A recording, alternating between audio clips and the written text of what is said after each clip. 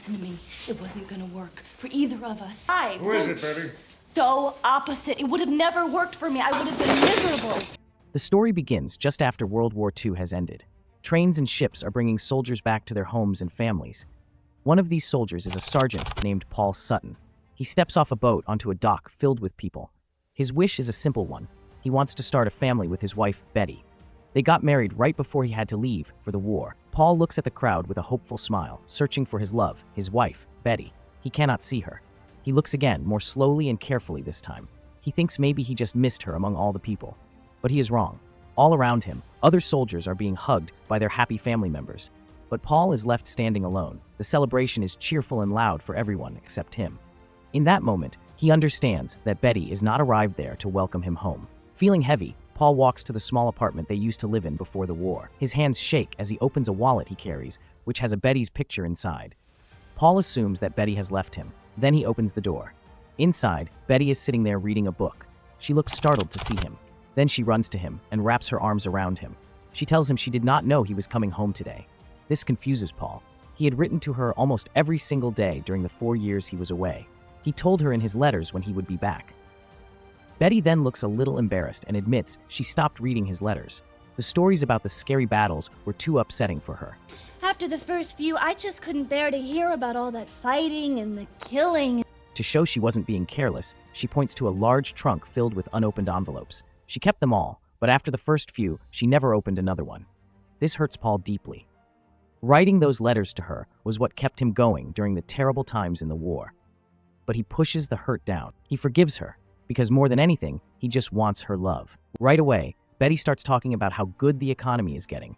She tells him she talked to the old chocolate company he used to work for, and they will give him his job back. Of course, I negotiated a raise. Paul does not want to sell chocolate anymore. He tries to tell her about the future he dreamed of for them, a life with children and peaceful mornings. He wrote all about these dreams in the letters she never read. But Betty only talks about money and all the nice things they can buy. She insists he take the job because more money means more happiness. You want me to read the letters? Paul gives in and agrees with her. They share a loving moment together. Early the next morning, before the sun is up, Paul puts his uniform back on. He kisses Betty gently on her cheeks while she is still sleeping, and then he leaves. He is going to Sacramento to work as a chocolate salesman again.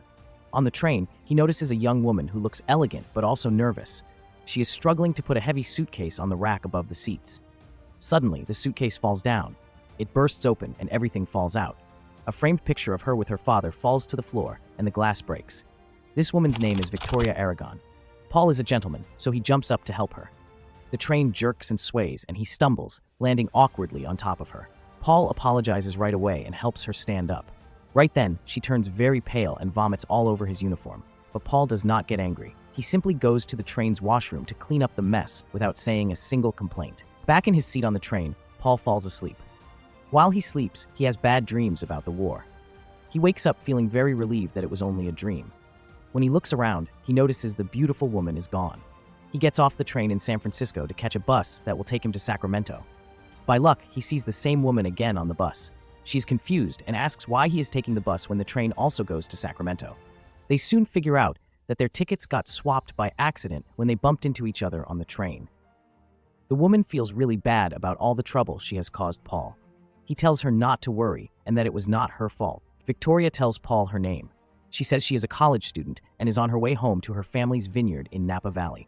A little while later, two men who have been drinking get on the bus and start bothering her. She got to know me. Stop.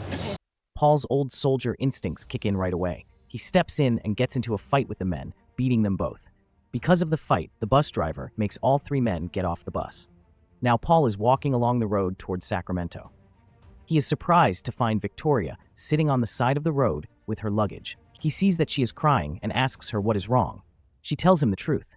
She got pregnant by a professor, but the man left her and wants nothing to do with her or the baby. She is terrified to go home and face her father. She believes her father will reject her completely if she shows up without a husband. He's going to kill me. Paul feels sorry for her and wants to help her and her unborn child. He comes up with a quick plan. He offers to pretend to be her husband for just one night. This way, she can enter her home without bringing shame to her family. He is honest with her and says he is already married. He makes it clear that the lie will end the next day. Yeah, sure. Comes to meet the family, stays one night, leaves in the morning. Victoria is desperate and has no other choice, so she agrees to go along with his plan. As they get closer to the vineyard, Paul sees hills that are covered in soft, beautiful clouds with sunlight shining on them. He is amazed by how lovely it looks. Victoria tells him her family calls their land Las Nubes, which means the clouds. Before they walk up to the house, Paul takes 2 rings off a piece of chocolate and puts one on her finger and one on his own finger. They use these as pretend wedding rings. Suddenly, the sound of a gun being fired breaks the quiet. They both duck down, trying to hide. But Victoria relaxes when she sees it is her father holding the gun. Alberto Aragon, Victoria's father, is full of anger and cannot believe it when Victoria introduces Paul as her husband. He storms toward the house, shouting for his wife. The noise Alberto makes brings the rest of the family and the workers out to see what is happening. I will not allow this. Even with all the commotion, everyone is happy to see Victoria and gives her warm hugs now that she is finally home. Still upset, Alberto asks what is going on. Victoria tells everyone the news that she and Paul are married. The whole family is shocked by this announcement. Alberto gets even more angry when he finds out Paul sells chocolate for a living. But the women in the family, Victoria's mother Marie Jones Aragon and her grandmother Guadalupe Aragon, calm things down with their kindness. Right at that moment, Victoria's grandfather, whose name is Don Pedro Aragon, walks into the room. Alberto goes over to him and asks him to say something to Paul. He wants Don Pedro to speak because he is the head of the family. But Don Pedro does not argue against Victoria's news. Instead, he welcomes the stranger, Paul, with open arms right away. This makes Alberto feel completely frustrated. Then Don Pedro asks Paul to show him the chocolates he sells. Paul quickly takes out some chocolates and offers them to Don Pedro. After tasting one, Don Pedro says kind and positive things about the chocolates. He even asks Alberto to try one for himself. But Alberto is too angry and storms out of the room. Paul is asked to stay for dinner with the family. At the table, Alberto questions him harshly about his past. When he learns Paul grew up in an orphanage, he says with disrespect that a man with no past has no future. He says Paul is not good enough to marry his daughter because she comes from a respected Mexican family. Paul stays calm and takes the rude words without fighting back. He thanks them for the meal and quietly steps outside to get some fresh air. Victoria finds Paul standing outside in the dark. She says she is sorry for how her father treated him. Paul tells her he can understand why Alberto is so angry. That night, because everyone believes they are married, Paul and Victoria are given her parents' bedroom to sleep in. Paul shows respect for Victoria by choosing to sleep on the floor instead of the bed. In another room, Marie tells Alberto he should at least say goodnight to the new couple. Alberto gives in to his wife and walks into the bedroom. Paul quickly jumps up and gets into the bed next to Victoria. Alberto gives a short, stiff goodnight, but he has already noticed the blanket lying on the floor. He leaves the room without saying anything else. Worried that someone else might come in and check on them, Paul and Victoria decide it is safer to both sleep in the bed. As they lie there, a feeling of romance starts to grow between them. But Paul looks away and settles down to sleep. Later, Paul has another terrible nightmare. He screams out Victoria's name and wakes up. While Victoria is trying to calm him down, they hear bells ringing loudly outside. A sudden frost has hit the vineyard, threatening to destroy all the grapes. The whole family and the workers rush out and turn on many pipes that spray fire to spread heat over the vines. Paul asks Alberto what he can do to help. Alberto yells at him to get out of the way and just watch. But Victoria shows Paul how to use pieces of cloth that look like wings. By waving them, they can pull the warm air closer to the grapes. Paul watches how she moves and tries to copy her. He really wants to be helpful. From a distance, Alberto watches Paul working hard. When morning comes and the fog clears, the vines are safe. Now Paul gets ready to leave for Sacramento. Don Pedro has a different idea. He takes Paul for a walk and shows him the long history of the vineyard. They go up to a hill with a fence around it. This is where the very first vine was planted by one of Victoria's ancestors in the 1600s. Don Pedro tells Paul that an orphan is not a person without a family. He says an orphan is just someone who has not found his family yet. He tells Paul that if he wants to, he can think of himself as one of the Aragon family now. Paul feels touched by these kind words and accepts the warmth Don Pedro offers. But he still says he cannot stay any longer and must leave the next day, which is the harvest day. Don Pedro accepts this, but tells Paul something important. He says Alberto knew Paul would leave, and because of that, Victoria will be the one who gets hurt. Paul does not want Victoria to suffer because of him, so he decides to stay for just one more day. The harvest day at Las Nubes feels like a big celebration. Victoria's younger brother, who is called Pedro Aragon Jr., comes home from his college, Stanford. He welcomes Paul warmly with open arms. The whole family and all the workers go into the vineyard to pick the grapes. Everyone is laughing and singing songs to each other. Paul watches how Alberto works so smoothly and tries to do the same. They end up in a friendly contest to see who can pick more grapes faster. They both carry a heavy box filled with grapes and finish at almost the same time. The good feeling turns into a happy party. Musicians start playing their instruments. The women step into a huge wooden container to crush the grapes with their bare feet. Victoria is allowed to join them because everyone still thinks she is a married woman now. The women pull Paul into the container too. They encourage him and Victoria to dance together while standing in the grapes. As they dance, they move closer to each other. The feeling between them feels real and has nothing to do with the lie they are telling everyone. Later that evening, after the dancing and grape crushing, Paul and Victoria are finally alone. They are still covered in grape juice. They share a kiss that feels very strong and real, and it surprises them both with how much feeling is in it. But then, Paul pulls away quickly, as if he remembers something. He tells her the truth. He loves her more than he ever thought he could love anyone. But he reminds her that he is still a married man. He cannot be dishonest to Victoria, and he cannot betray his wife back home. Victoria feels shocked and very sad. And I won't hurt you that way. I won't. I'm sorry. Paul then walks away, leaving Victoria immensely sad. Victoria cries quietly for a long time. Paul sleeps alone on the sofa. His head hurts, and he understands that doing the right thing sometimes means breaking your own heart. Paul wakes up to the sound of Pedro and Alberto arguing in the living room. Pedro wants to bring new methods to the winery to make it better. Paul suggests they could get loans from a bank to help them survive during years when the grapes do not grow well. Alberto gets angry and tells Paul to stop interfering in family matters. While they are arguing, Alberto says that Paul and Victoria do not act like a real married couple. He points out that Paul slept on the sofa, which is not what a husband would do. Paul defends himself by saying that Victoria's happiness and safety are his business because he truly cares about her. Paul gets ready to leave the vineyard, but then he sees Victoria holding her stomach because she is in pain. He quickly goes to her and offers to stay one more night. He wants to help her get through the stressful fights she keeps having with her father. Victoria says no. She tells him that her problems were never his to begin with. She walks away from him. Paul follows her, but instead he finds Alberto in the room where the wine barrels are stored. Alberto tells Paul again that he will never own the winery, even if he is married to Victoria. Paul responds by asking Alberto if he even loves his own daughter. Alberto insists that he works very hard because he loves all his children. Paul tells him that if that is true, then he needs to start showing that love instead of just saying it. All of them! I love my family! You should let him know it. Victoria hears their voices and comes into the room. She realizes how good a soul Paul is, but instead of saying something, she leaves quietly. Paul is about to leave the vineyard once again, but before he goes, Don Pedro convinces him to drink some brandy that he made himself. They both get a little drunk and start singing a romantic song in Spanish. Don Pedro teaches Paul the words to the song. He tells Paul to go stand outside Victoria's window with a mariachi band and sing it to her. Paul sings the song with a rough but honest voice. The sound fills the quiet night, and people in every room wake up to listen. Even Alberto starts to think that maybe he was too hard on Paul. He begins to believe that Paul really does love Victoria.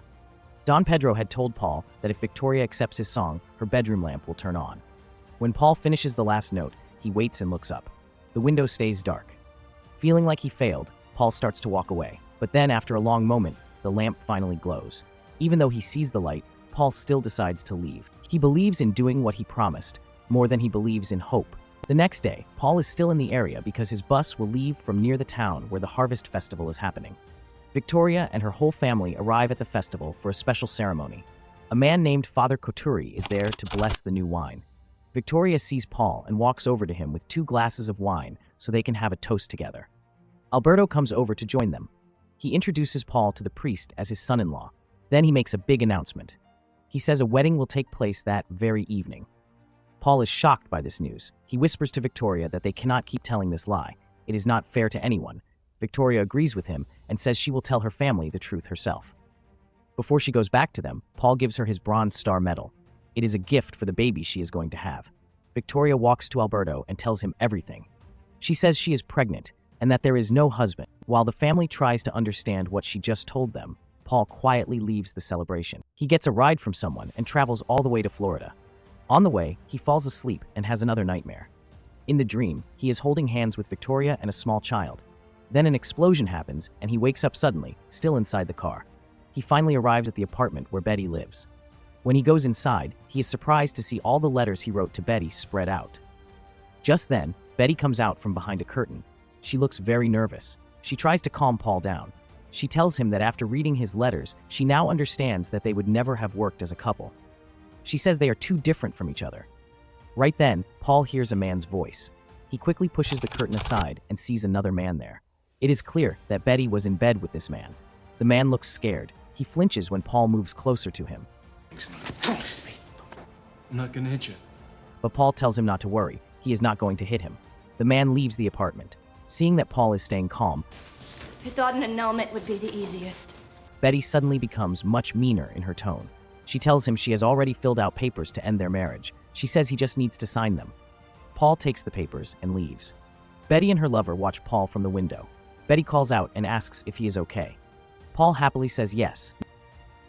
Paul! Are you all right? Yeah. I'm fine. Now that he is free from his marriage, he can go back to Victoria. Right away, he starts trying to get back to Napa. He hitchhikes and gets rides from people along the way. By the time he reaches Las Nubes, it is already nighttime. Alberto is sitting with his workers, drinking heavily. He looks hurt and angry because his pride has been damaged. Paul wakes him up and stands in front of him openly. He asks for permission to marry Victoria. He also promises to be a real father to the child she is carrying. Alberto is still angry and reminds Paul that he is a married man. Paul shows him the annulment papers to prove he is now free, but Alberto does not care. He reaches for his gun. He has no weapon in his hands and tries to fight Paul. During the fight, Alberto throws an oil lamp at Paul. He misses. The lamp hits the ground near the vines and starts a fire. The fire spreads very fast. It moves from one tree to the next. Soon, the whole field is burning. Hearing the commotion, Victoria rushes to the vineyard. Paul acts quickly. He dips his jacket in water and tries to beat the flames. The whole family and the workers come running to help. Everyone runs and tries to save whatever they can. Pedro is also helping. Sadly, his clothes catch on fire and he starts to panic. People scream in fear. Paul soaks his own clothes in a barrel of water. Then he runs straight into the heat toward Pedro. He wraps the wet cloth around Pedro and puts out the fire on his legs. In the end, the fire is too big and too strong. No one can stop it. The flames take everything. The whole vineyard of Las Nubes is destroyed. The fire burns through the whole night. When morning comes, the light shows all the damage without any kindness. Where green vines once grew like a river, there is now only black, burned stubble. Smoke rises slowly and hangs in the air above the hill where the chapel stands. The Aragon family and all their workers cry as they look at what is left. Their home and their way of making a living have disappeared in just one night. Don Pedro feels deep sadness for what he thinks is lost forever. It is not just the grapes from this year or the money they would have made. It is the very thing that made his family who they are. Everyone believes the old, ancient vine on the hilltop must have burned to nothing along with everything else. Paul looks at the family and sees how much pain they are in. He decides to do something that might be too hard for the others to face. He walks up to the hill. He carries hope with him and goes to the place Don Pedro showed him earlier. He kneels down in the ash and starts pulling forcefully with his hands. After some work, he lifts the blackened root of the old vine out of the ground. It looks dead. The outside is burned and peeling like old tree bark. But he carries it down the hill to Alberto anyway. He asks Alberto to cut into it. He wants to see if the fire burned all the way to the middle of the root. Alberto looks at Paul for a moment. Then he quickly takes out his knife. He cuts away a strip of the burned bark. He takes a breath when he sees a small sign of hope. The inside of the root is still alive. The fire did not kill it. That small piece of life gives strength back to everyone standing around them. Don Pedro shouts with joy that Las Nubes is not finished after all. Alberto laughs, but tears of happiness are still in his eyes. He turns to Paul and thanks him. After all his anger and rude treatment before, he finally sees that Paul is a good man with a brave heart. To show his thanks, Alberto cuts a small living piece from the root. He hands it to Paul. He wants Paul to plant it, not as a worker, but as part of the family. This act shows that Alberto now trusts Paul. He believes Paul will help their family rebuild their history, their land, and their way of life. In the quiet moment after they find the root is alive, Paul takes Victoria's hand. He slides a real ring onto her finger. The whole family, the women, the men, and all the workers who have earned the right to be happy, cheer loudly. The couple shares a kiss and makes their promise to each other real. Paul now gets to live the dreams he wrote about during the war. He has a new family at Las Nubes. And that's the end of the story. If you liked this video, please press the like button, share it with your friends, and subscribe to this channel. See you in the next video.